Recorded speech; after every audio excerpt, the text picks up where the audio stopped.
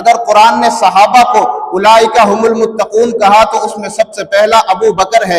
اگر قرآن نے صحابہ کو اولئک هم المفلحون کہا تو اس میں سب سے پہلا ابو بکر ہے۔ اگر قرآن نے صحابہ کو اولئک هم الفائزون کہا تو اس میں سب سے پہلا ابو بکر ہے۔ اگر قرآن نے صحابہ کو اولئک هم الراشدون کہا تو اس میں سب سے پہلا ابو بکر ہے۔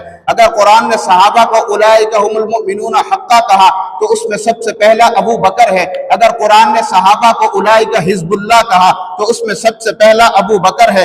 اگر قرآن نے صحابہ کو والسابقون کہا تو اس میں سب سے پہلا ابو بکر ہے۔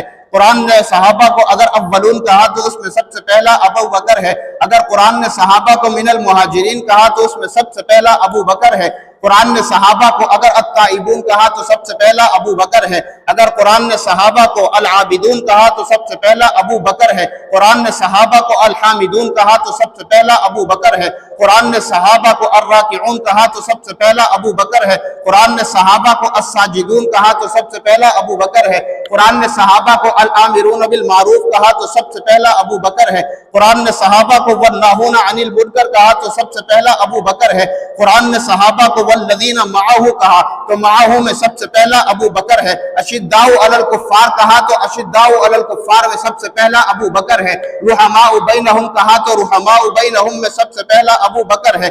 قرآن نے صحابہ کو تراہم رکعا سجدا کہا تو ان میں سب سے پہلا ابو بکر ہے۔ قرآن نے صحابہ کو رضی اللہ عنہم ورضوا عنہ کہہ کر جنت کے سرٹیفکیٹ دیے تو ان میں بھی سب سے پہلا ابو بکر ہے۔